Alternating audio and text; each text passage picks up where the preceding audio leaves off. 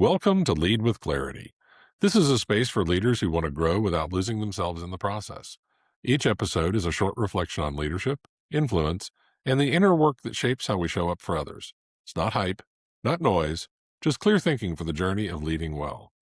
Today's episode is entitled Make It Safe to Take Risks: What Ed Catmull Got Right About Leadership. Here we go. Think about the last time someone on your team brought you a bad idea.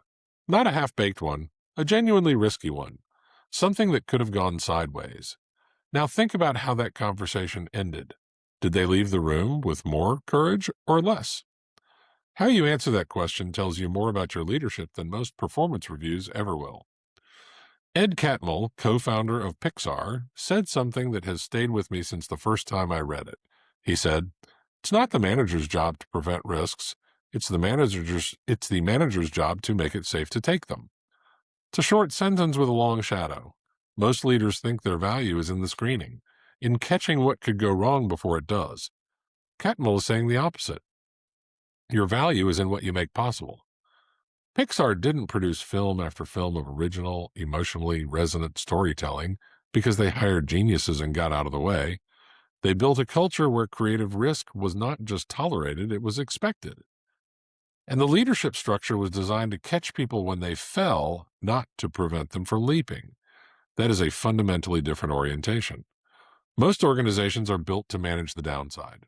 Great organizations are built to enable upside. The distinction matters at every level of leadership. Now here's where I see leaders going wrong with this. They hear, make it safe to take risks, and they think it means lower the stakes, remove accountability, let people try things without consequence. That's not what Catmull is describing. Psychological safety is not the absence of standards. It's the presence of trust. Your people still need to perform. Outcomes still matter. What changes is whether a person who swings and misses gets coached or gets quietly sidelined. One of those produces growth. The other produces caution. The real question isn't whether your team takes risks. They're taking them every day, in every decision they make or don't make. The question is whether those risks are visible to you. When people feel unsafe, they hide their bets. They do what's approved. They optimize for not being wrong rather than for being right. And that's when organizations start to move slowly, not because they lack talent, but because the talent has learned to stay small. When you make it safe to take risks, you don't lower the bar, you raise the ceiling. I want you to take one thing into your week. Not a framework, not a policy, just a conversation. Find someone on your team who took a swing recently and didn't land it. And before you review the outcome, ask them what they were trying to solve, what they were betting on, what they would do differently, not as an audit, but as a genuine inquiry.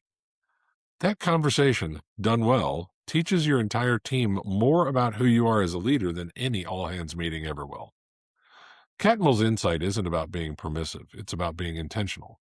The organizations that build something lasting aren't the ones that minimize failure. They're the ones that know how to learn from it without destroying the person who experienced it. Psychological safety is not a culture initiative, it's a leadership discipline. It's built in moments, not memos. And it starts with what you do the next time someone walks into your office with something that might not work. How you receive that person is how your team will define your leadership. Make sure you're building the culture you actually want.